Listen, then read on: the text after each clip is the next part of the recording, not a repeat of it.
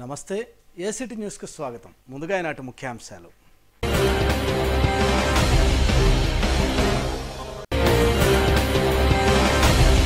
బాధిత కుటుంబాలకు అండగా తెలుగుదేశం పార్టీ. కల్లపాలెం మండలంలో ముఖ్యమంత్రి సహాయ నిధి చెక్కుల పంపిణీ. చూడముచ్చటైన సింగారం, సువాసన పరిమళాలు వెదజల్లే స్వభావం, మహిళ మనసు దోచే గుణం, ఒక్క సంపంగి పూలకే సొంతం.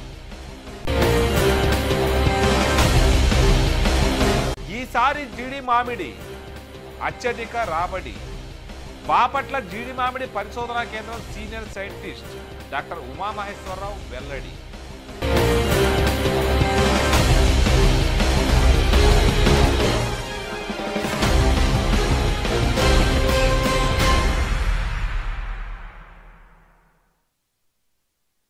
బాపట్లలో డిజిటల్ డోర్ నెంబరింగ్ను వేగవంతం చేశామని మున్సిపల్ కమిషనర్ శ్రావణ్ కుమార్ తెలియజేశారు. డిజిటల్ డోర్ నెంబర్ కేటాయించే సమయంలో గృహ యజమానులు ఎటువంటి రుసుము చెల్లించిన అవసరం లేదని కమిషనర్ పేర్కొన్నారు. బాపట్ల పట్టణంలోని 34 వార్డుల్లో డిజిటల్ డోర్ నెంబరింగ్ను వేగవంతం చేశామని మున్సిపల్ కమిషనర్ శ్రావణ్ కుమార్ తెలిపారు. డిజిటల్ డోర్ నెంబర్ కేటాయించే సమయంలో గృహ యజమానులు సహకరించాలని ఈ సందర్భంగా కమిషనర్ విజ్ఞప్తి చేశారు. బాపట్ల పురపాలక సంఘంలో డిజిటల్ డోర్ నెంబరింగ్ అనే ప్రక్రియ ప్రభుత్వం వారిసే స్టార్ట్ చేయించడం జరిగిందండి. దీనిలో భాగంగా ఆర్వి అసోసియేట్స్ విజయవాడ వారు ప్రతి ఒక్క ఇంటికి డిజిటల్ డోర్ నెంబర్ ఉచితంగా వాళ్ళు ఒక ఇంటికి వచ్చి వాళ్ళు డిజిటల్ డోర్ నెంబర్ పెట్టడం జరుగుతుంది. కాబట్టి ప్రజలందరూ కూడా వారికి ఎలాంటి రుసుమును కూడా చెల్లించిన అవసరం లేదు. వాళ్ళు ఎవరైనా కానీ డబ్బులు డిమాండ్ చేసినట్లయితే మీరు పురపాలక సంఘం అధికారుల దృష్టికి తీసుకుని వస్తే మేము వాళ్ళ మీద కఠిన చర్యలు అనేవి తీసుకుని పడుతుంది. కాబట్టి ప్రజలందరూ గమనించాలి, డిజిటల్ డోర్ నెంబర్స్ అనేవి ఉచితంగా ప్రభుత్వం వారిచే ఏర్పాటు చేయించడం జరుగుతుంది. వాళ్ళు ఎలాంటి రుసుము ఎవరికీ చెల్లించిన అవసరం లేదు. కాబట్టి ప్రజలందరూ కూడా ఈ విషయాన్ని గమనించి ఎవరైనా ఎలాంటి డబ్బులు డిమాండ్ చేసినా కానీ పురపాలక సంఘ అధికారుల దృష్టికి తీసుకుని రావాల్సిందిగా విజ్ఞప్తి చేస్తున్నాం. అలానే బాపట్ల పురపాలక సంఘం మరియు ఆంధ్రప్రదేశ్ మొత్తంలో బిల్డింగ్ పెనలైజేషన్ స్కీమ్ని గవర్నమెంట్ వారు విడుదల చేయడం జరిగింది. ఎవరైతే బిల్డింగ్ ప్లాన్స్ తీసుకోకుండా అనధికారికంగా అక్రమంగా కట్టడాలు నిర్మించి ఉన్నారో వాళ్ళన్నింటినీ క్రమబద్ధీకరించడానికి గవర్నమెంట్ వారు బిల్డింగ్ పెనలైజేషన్ స్కీమ్ అనేది విడుదల చేయడం జరిగింది. దీనికి చివరి తేదీ ఏప్రిల్ 4 వరకు వీళ్ళందరూ కూడా అప్లై చేసుకోవచ్చు.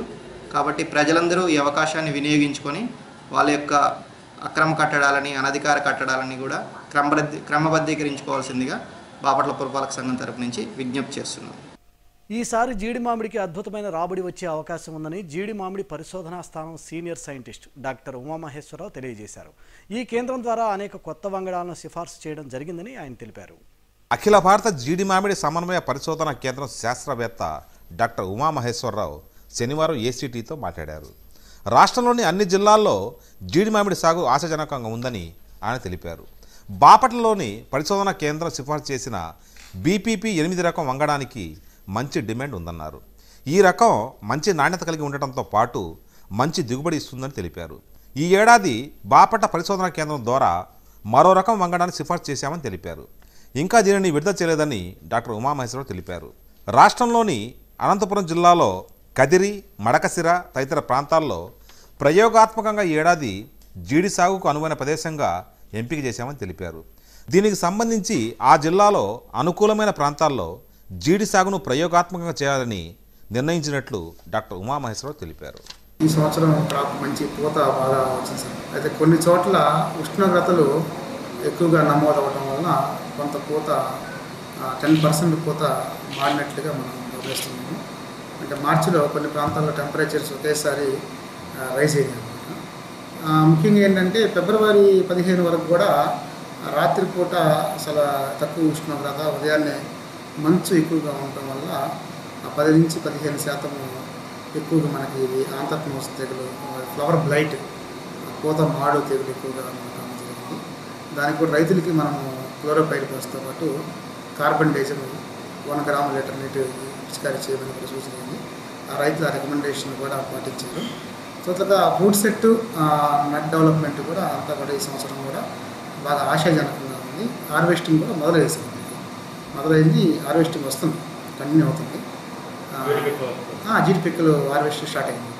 రేటు కూడా పోయిన గత సంవత్సరాలతో పోలిస్తే ఊహించిన దానికంటే ఎక్కువగా కూడా మంచి రేటు కూడా రైతులకి ధర లభించడం కూడా, అదే ఉత్సాహంతో రైతులు ఈ సంవత్సరం కూడా ఎక్కువగా విస్తీర్ణంలో ఈ జీడి తోటలని పెంచాలని రైతులు ముందుకు రావడం కూడా చాలా శుభ పరిణామం చేస్తున్నాము.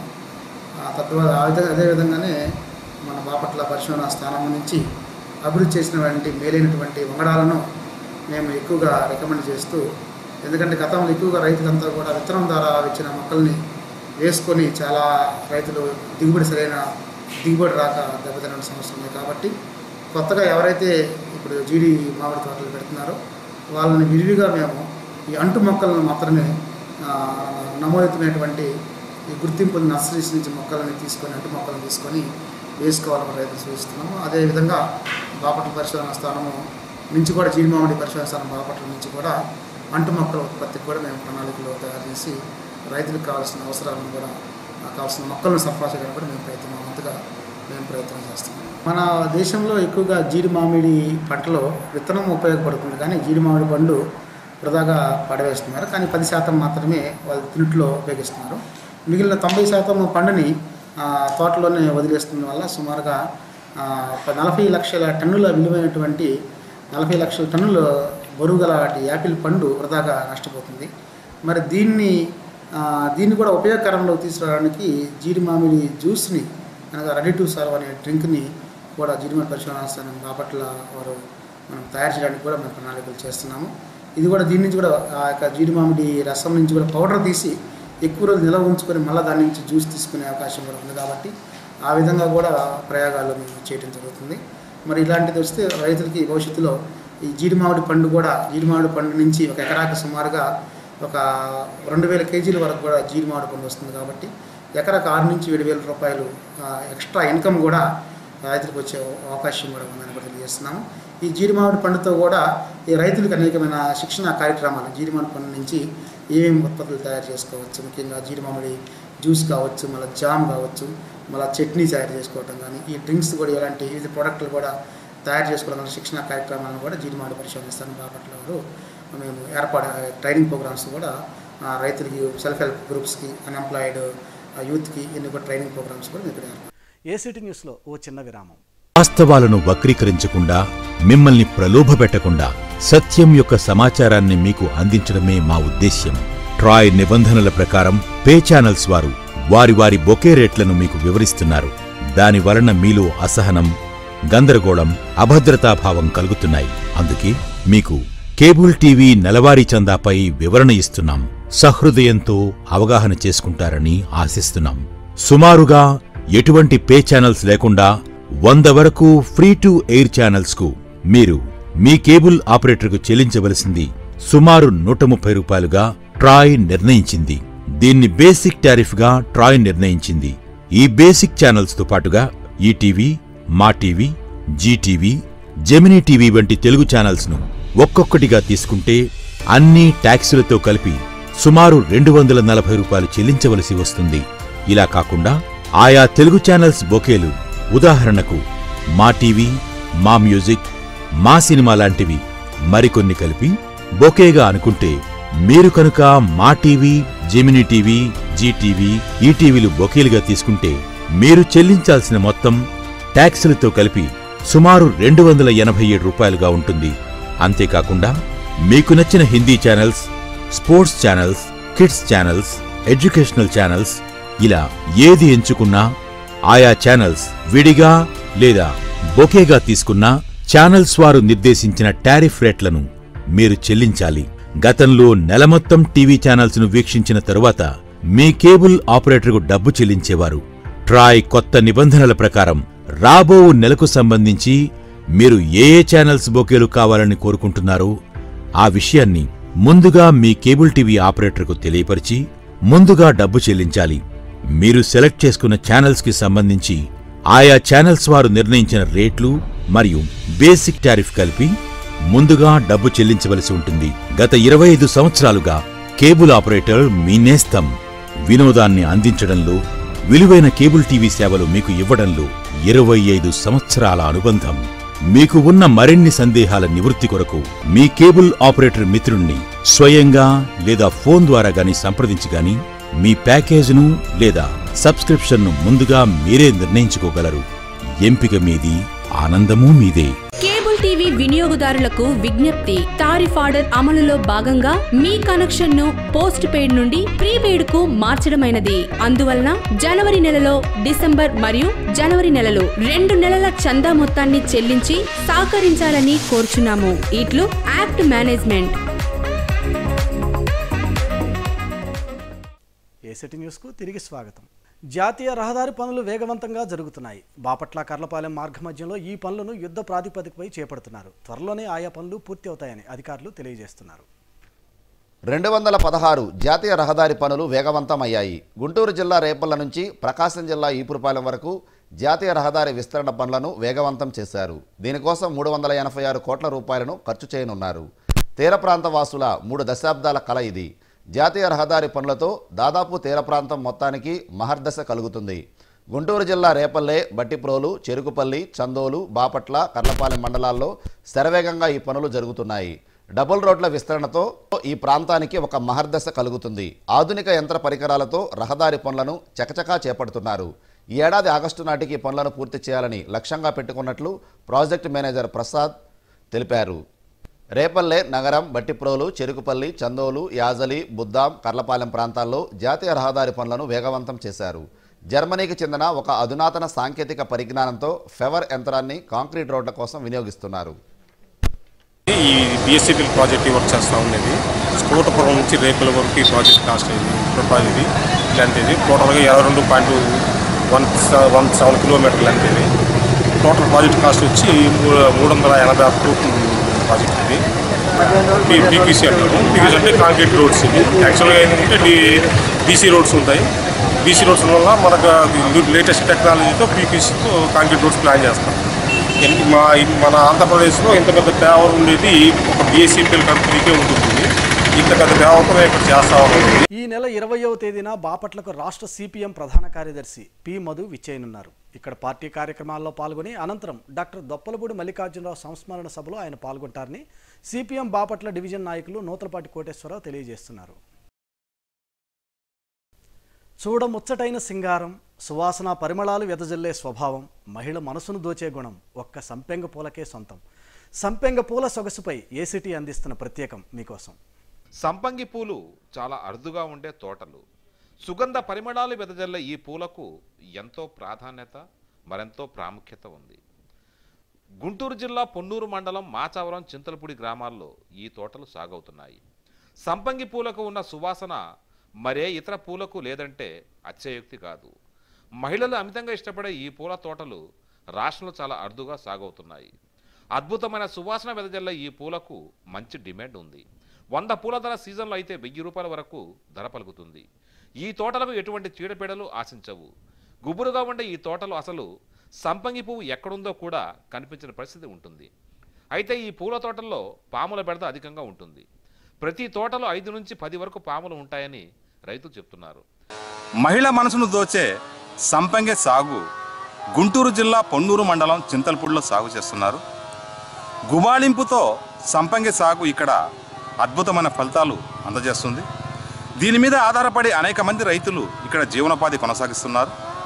చింతలపూడిలో సాగయ్యే ఈ సంపంగి పూలు రాష్ట్రంలోని వివిధ ప్రాంతాలకు ఎగుమతి అవుతున్నాయి. మంచి సుగంధ పరిమళాలతో సువాసన వెదజల్లే సంపంగి పూలకు చింతలపూడి గ్రామం ఒక ప్రసిద్ధి చెందింది. 100 పూల ధర 300 నుంచి 400 రూపాయల వరకు ధర పలుకుతూ ఉంటుంది.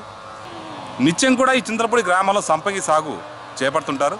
ఏడాది మొత్తం కూడా ఇక్కడ సంపంగి పూల సాగు కొనసాగుతూ ఉంది. దీని మీద ఆధారపడి ఇక్కడి మాచవరం, చింతలపూడి, పొన్నూరు, ములుగుద్దురు తదితర ప్రాంతాల రైతులు జీవనం సాగిస్తున్నారు.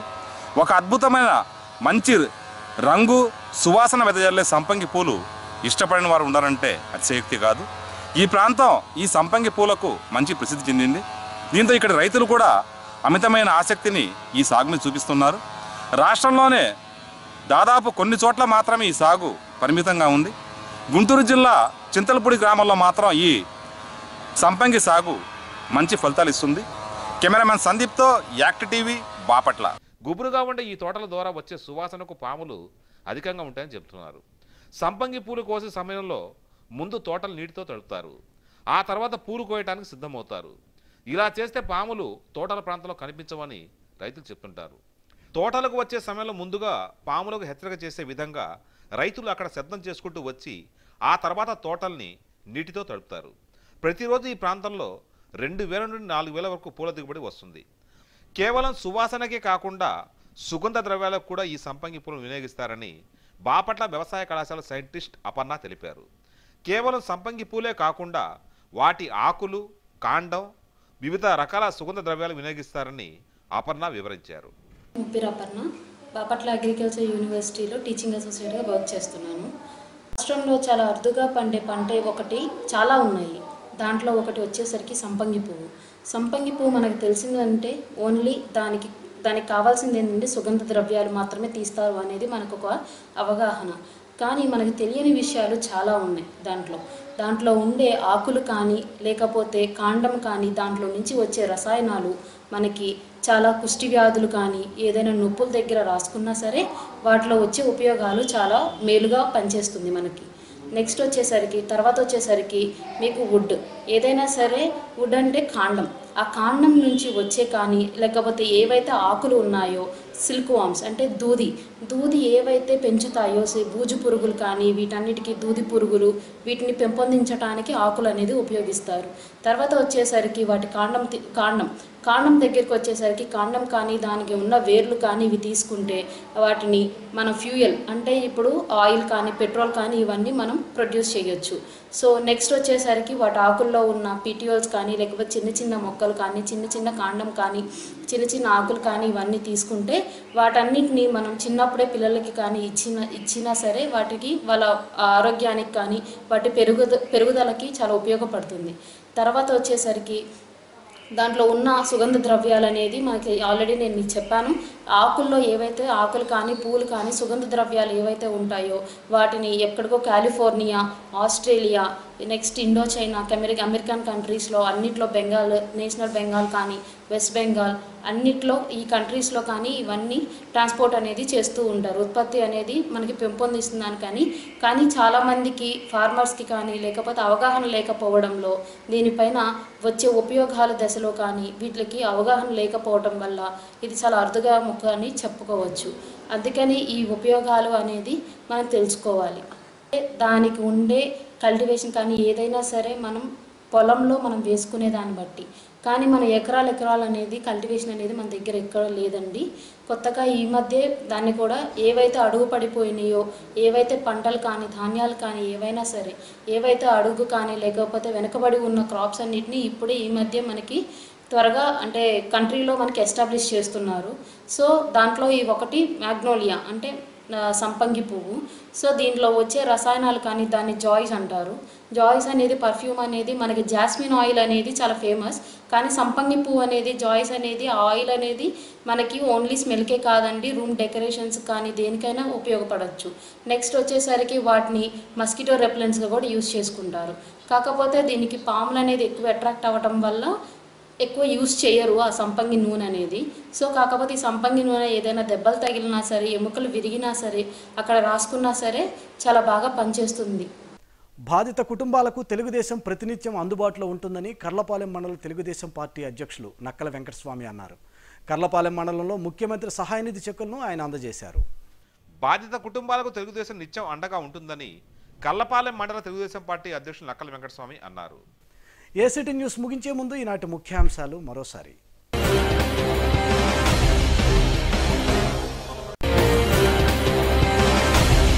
బాధిత కుటుంబాలకు అండగా తెలుగుదేశం పార్టీ. కర్లపాలెం మండలంలో ముఖ్యమంత్రి సహాయ నిధి చెక్కుల పంపిణీ. చూడముచ్చటైన సింగారం, సువాసన పరిమళాలు వెదజల్లే స్వభావం, మహిళ మనసు దోచే గుణం ఒక్క సంపంగి పూలకే సొంతం. ఈసారి జీడి మామిడి అత్యధిక రాబడి. బాపట్ల జీడి మామిడి పరిశోధనా కేంద్రం సీనియర్ సైంటిస్ట్ డాక్టర్ ఉమామహేశ్వరరావు వెల్లడి.